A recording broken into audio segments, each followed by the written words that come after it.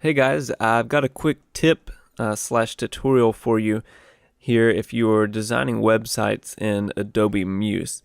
To start off, I will bring up Google Chrome and just kind of show you what I was running into here. This is a website I was designing for Oasis Community Church, and I made the home page here a parallax page so that it's kind of one long page and you can just scroll to the different sections of it here. And the issue that I actually started to run into was with this image here. And I'll switch over to this tab and I'll show you what that issue was. If you notice on this page, we have a scroll bar here at the bottom now. And I didn't really notice that at first until I started using these buttons. And let's say if I scroll down to calendar, if you notice that the page has shifted over now. So there's a little gap on the side.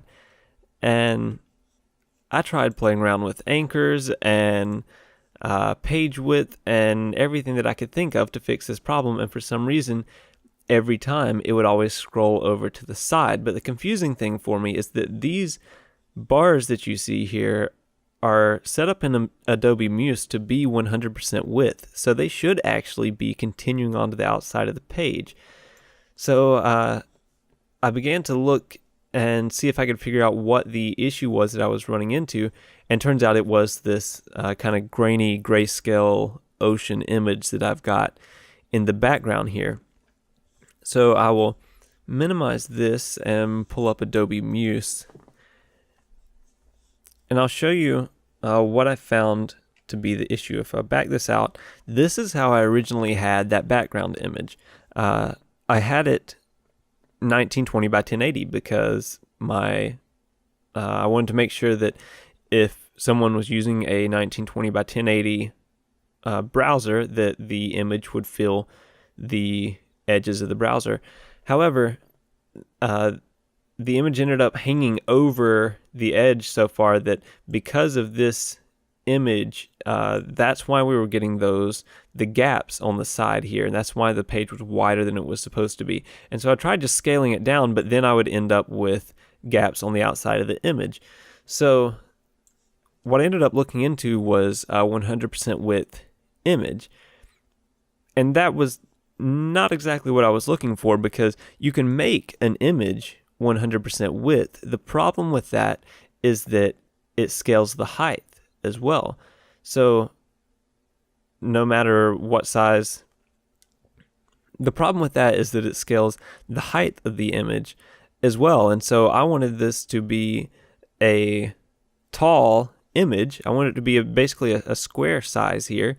And so if I were to scale this in, obviously the image gets shorter, and I could actually crop the image itself and make it a square image, but then it would have to stretch the image out to make it 100% width, and so it just didn't look right. I could not get that to work the way that I wanted it to, and I definitely didn't want it to scale the image down to where it ended up falling past my menu bar here. So I'll show you how I found to fix that problem, and I was kind of surprised, because it seemed to me like a 100% width image that stays the same height would be something pretty common in websites, and so I figured it would be a common issue. And it actually took quite a bit of digging for me to figure out what the problem was and how to fix it. But you can see here, this is the corrected image. This is the one that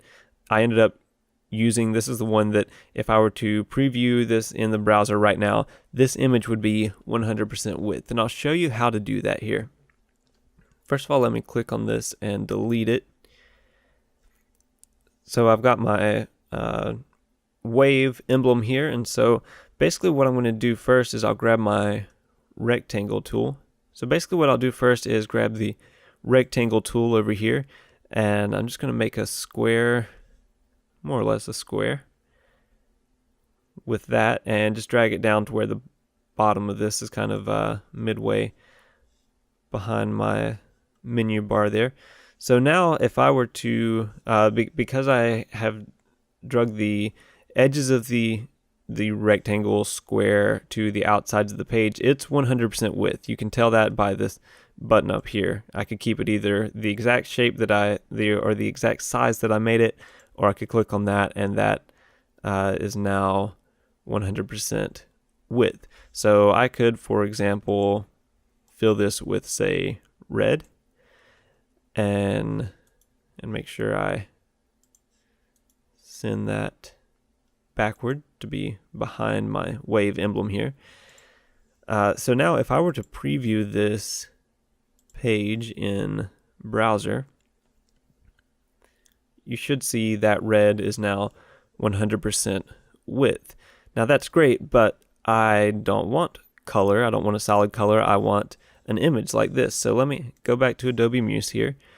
First of all, let me make sure that I select this to none on the fill color.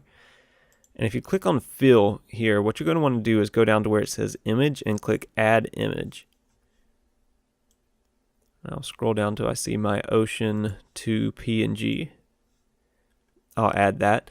Now that's getting close. That's essentially what I want it to do, but now the positioning is off. So the first thing I'm going to do is correct the fitting here where it says original size. I'm going to change that to say scale to fill. And then on the position here, I'm just going to center that.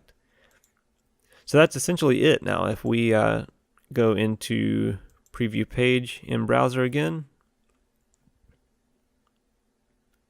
you can see that I now have this image. It is 100% width of the page. And the great thing about this is not only if you're running into the issue that I was having, but now you know that no matter what size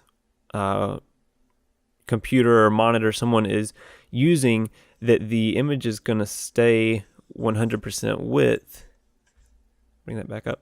The image is going to stay 100% width no matter the size of the browser. In fact, you guys can't see it in the recording, but I've actually got a dual monitor set up, and I can actually drag this window all the way across both monitors, and my image still stays 100% width with no scroll bar on the bottom.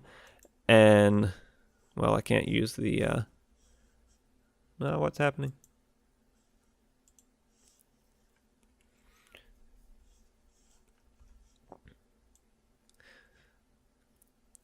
So I can actually drag this. You guys,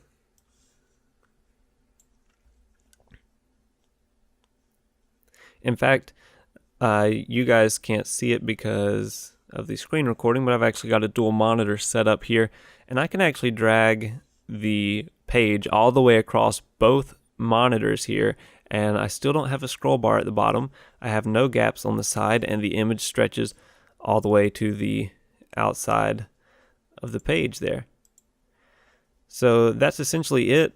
I hope that if you have been having an issue similar to what I ran into, that this solved that problem, and if not, I hope it keeps you from having that problem down the road. If you did find this video helpful, please give it a thumbs up, and be sure to subscribe for more tutorials like this to come down the road for Adobe CC. And if there's something specific that you would like to see a tutorial on, leave it in the comments section and I will see what I can do. Thanks, guys.